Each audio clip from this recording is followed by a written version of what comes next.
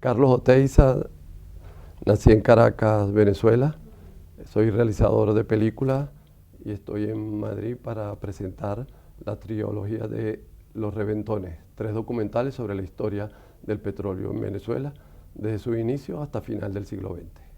Lo que vamos a encontrar en Los Reventones es una historia que pareciera lógica, pero es inédita en Venezuela.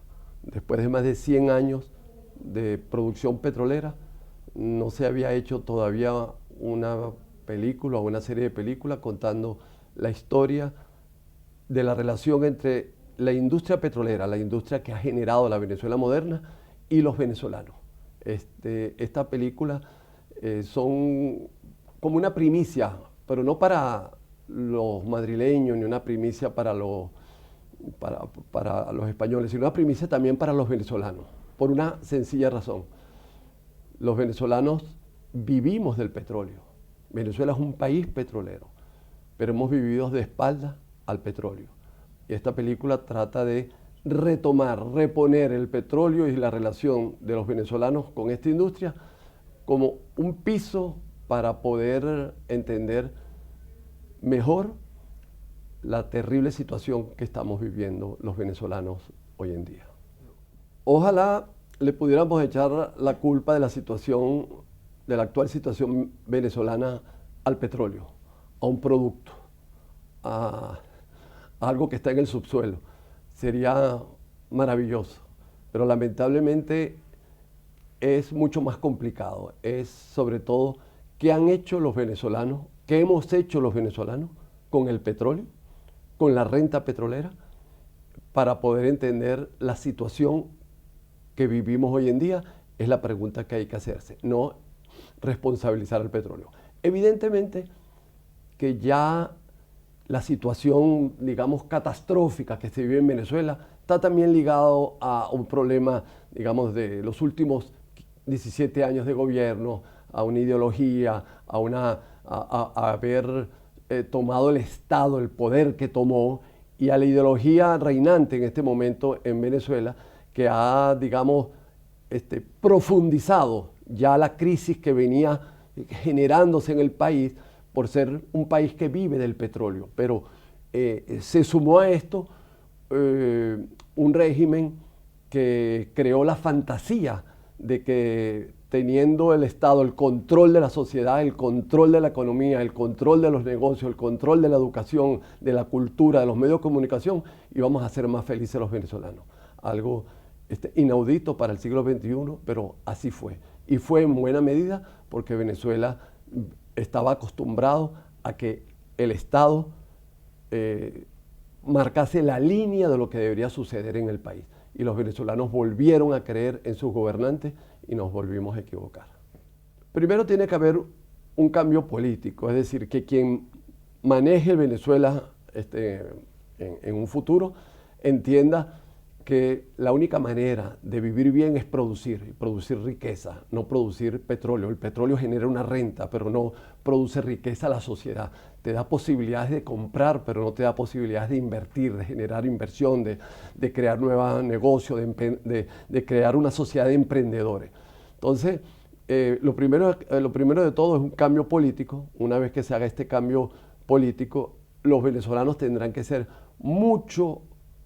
pensar mucho más en lo que pueden hacer por el Estado que pensar como siempre han pensado, qué puede hacer el Estado por ellos. Porque la historia de Venezuela es un eterno reclamo al sector del cual uno participa, pidiendo al Estado más, más y más. Esa Venezuela ya es inviable, ya estamos claros que eso no es posible, y hay que entonces devolverle cada venezolano o cada sector de los venezolanos, devolverle al país, al Estado, la posibilidad de crecer, pero no exigiéndole al Estado, sino dando lo mejor de uno.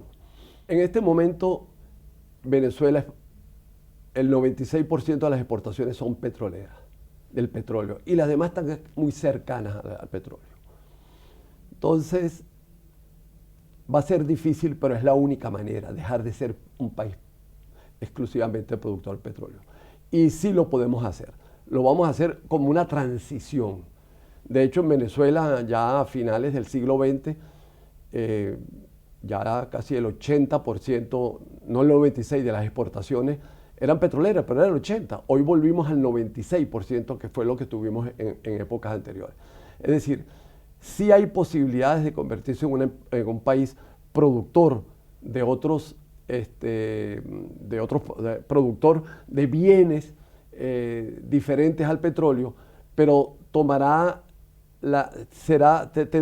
tendremos que llegar a eso a través de la conciencia de los venezolanos, de no exigirle al Estado y no exigirle al gobierno prebendas, sino participación. Venezuela tiene posibilidades industriales en el aluminio, en el hierro, en la agricultura, en ciertos sectores, el cacao, el café, el maíz, y luego en los servicios, en el turismo.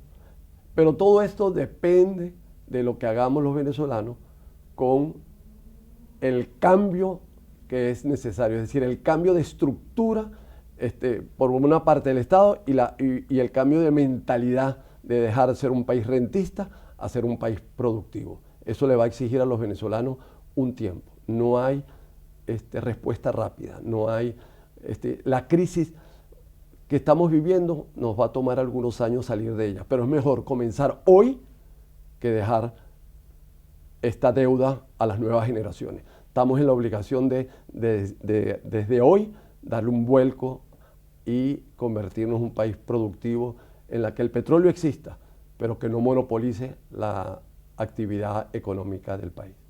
Mire, Donald Trump es una caja de sorpresas y por lo tanto seguramente se verá afectada. ¿Por dónde? No lo sé todavía. Donald Trump me recuerda mucho al presidente Chávez porque ofreció y generó unas expectativas, un cierto nacionalismo sencillo, de respuesta sencilla a problemas graves, a problemas estructurales. Bueno, yo creo que el tiempo nos dirá si Trump ayudó a Venezuela a resolver sus problemas, pero en este momento, vuelvo a repetir, Trump es una caja de sorpresas, no sabemos qué puede pasar. Según lo que he visto, va a complicar la vida. Trump, hasta ahora, lo que ha hecho es complicarle la vida a los americanos, ya se la está complicando y al mundo entero se la está haciendo. Ojalá me equivoque, pero no, me recuerda tanto a las promesas y a las iniciativas patrioteras de Chávez que terminaron en esta catástrofe. Espero que Estados Unidos no termine en catástrofe.